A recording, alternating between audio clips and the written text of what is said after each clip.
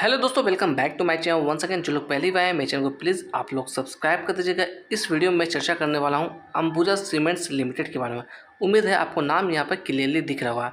अगर मैं बात करूं आज के दिन तकरीबन 2% की गिरावट इस स्टॉक्स के अंदर नोटिस की गई है।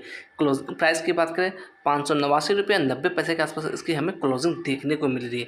अगर रुपीज़ के अंदर हम लोग बात करें तकरीबन 12.5 रुपये की गिरावट इसके अंदर नोटिस की गई है। कुछ इंपॉर्टेंट चीज़ों को लेकर चर्चा करें इसके अंदर। सबसे पहले बात करते हैं इसके क्वार्टर्स के नतीजों को लेकर। तो क्वार्टर्स के रिजल्ट जो हैं ऑलरेडी डिक्लेयर हो गए हैं। अगर मैं बात करूँ ईयर ऑन ईयर बेसिस पे क्वार्टर्स के नतीजे यानी कि नेट प्रॉफिट की बात करें ईयर ऑन ईयर बेसिस पे अच्छा खासा यहाँ पर जंप हमें देखने को मिल रहा है। बट वहीं पर अगर कंपेयर करने की कोशिश करें पिछले कुछ क्वार्टर्स से लेकर नेट प्रॉफिट को, तो क्वार्टर ऑन क्वार्टर बेसिस पे नेट प्रॉफिट के अंदर काफ़ी बड़ी गिरावट हमें देखने को मिल रही है। करना है, जल्दबाजी नहीं करना है। मैं किसी भी तरह का बाय या सेल की रिकमेंडेशन नहीं दे रहा हूँ। मैं जो भी डाटा शेयर कर रहा हूँ सारा डाटा पब्लिकली अवेलेबल है। अगर सबसे पहले इसके अंदर मैं बात करूँ रिटर्न्स को लेकर, तो देखिएगा पिछले 1 सालों में तकरीबन 6% की गिरावट इसके अंदर नोटिस की गई है। पिछले 6 महीने की हम लोग बात करें तकरीबन 14.5% का रिटर्न्स बना के दिया है।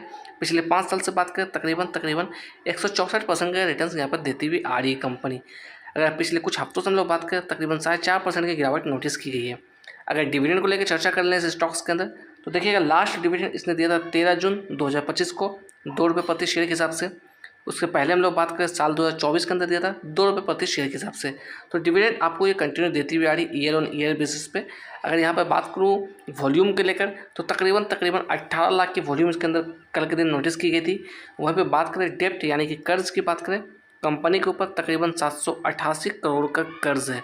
फेस वैल्यू की बात करें 2 रुपये के फेस वैल्यू से ये स्टॉक्स ट्रेड करता हुआ दिख रहा है। अकॉर्डिंग टू टिकट है, अगर परफॉर्मेंस की हम लोग बात कर लें तो परफॉर्मेंस यहाँ पे लो नज़र आता हुआ दिख रहा है। वैल्यूशन की बात करें तो वैल्यूशन यहाँ पे हाई नज़र आता हुआ दिख रहा है। ग्रोथ की बात करें ग्रोथ यहाँ पे लो नज़र आता हुआ दिख रहा है। एंट्री पॉइंट की बात करें तो एंट्री पॉइंट यहाँ पे गुड नज़र आता हुआ दिख रहा है। तो यहाँ पे मैं कहना चाहूँगा अगर आप फ्रेश खरीदारी करना चाहते हैं या फिर एवरेज आउट करना चाहते हैं, तो कहीं ना कहीं आप अपने फाइनेंशियल एक्सपर्ट से बात करिएगा, तभी किसी तरीके के डिसीजन लीजिएगा। अगर फोरकास्ट एंड रेटिंग्स की हम लोग बात करें तो यहाँ पे देखिएगा 39 एनालिस्ट ने इसे कवर किया है। 77% की यहाँ पर रिकमेंडेशन आती हुई दिख रही है। अगर यहाँ पर बड़े प्लेयर्स की होल्डिंग की चर्चा करें तो देखिएगा प्रमोटर्स होल्डिंग्स तकरीबन 67.53% की निकलती हुई आ रही है। म्यूचुअल फंड की होल्डिंग की बात करें 7.90% निकलती हुई आ रही है। रिटेलर्स की बात करें तकरीबन 6.34% की होल्डिंग यहाँ पर निकलती हुई आ रही है। तो बड़े प्लेयर्स की हम लोग बात करें, चाहे वो एफआईज हो, चाहे वो डीआईज हो या फिर म्यूचुअल फंड ही क्यों ना हो, अच्छा खासा स्टेक्स इन तीनों के पास यहाँ पर नज़र आता हुआ दिख रहा है। अगर हम लोग चार्ट पर चर्चा करें तो देखिएगा 1 डे के टाइम फ्रेम पर मैंने चार्ट लगा रखा है। सबसे पहले मैं बात करते वाला हूँ इस लेवल्स की। ये जो कैंडल देख रहे हैं आपका कैंडल है जुलाई 2024 की, ठीक आज से 1 साल पहले की। अगर यहाँ पर हम लोग लेवल्स टच करने की बात करें तकरीबन 710 के लेवल्स को अप्रोच करने की कोशिश की, उसके बाद देखा जाए तो एक तरफा इसके अंदर गिरावट हमें नोटिस करने को मिल रही है। हम लोग अगर बात करें यहाँ पर, तो ये जो आप लेवल्स देख रहे हैं ये लेवल्स मैंने इंडिकेटर के हेल्प से ड्रॉ आउट किया है। आप चाहते हैं तो आप भी खुद से चेकआउट कर सकते हैं, पब्लिकली अवेलेबल है ये इंडिकेटर।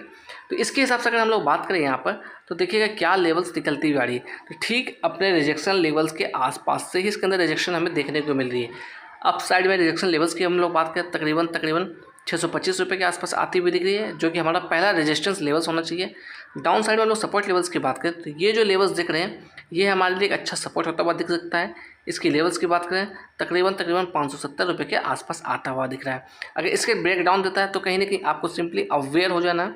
नेक्स्ट सपोर्ट हमारा तकरीबन 528 रुपये के आसपास आता हुआ दिख रहा है। अगर हम लोग बात करें जो हमारे लिए पॉजिटिव बात निकलती हुई आ रही है, ये स्टॉक्स अपने 50 डीएमए के ऊपर ट्रेड करता हुआ दिख रहा है। अगर 50 डीएमए की वैल्यू की बात करें, इसकी वैल्यू निकलती हुई आ रही है 584 रुपया।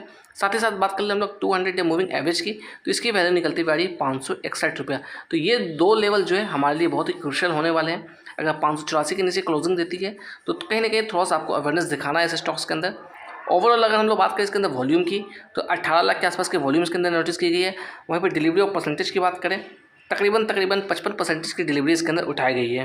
इसके अंदर अगर हम लोग प्राइस फोरकास्टिंग की बात करें, ट्रेडिंग व्यू की तरफ से क्या फोरकास्टिंग आती हुई दिख रही है, तो देखिएगा 42 एनालिस्ट ने इसे कवर किया है over the 1 year of time period. Maximum estimate की बात करें तो 845 निकलती हुई आ रही है।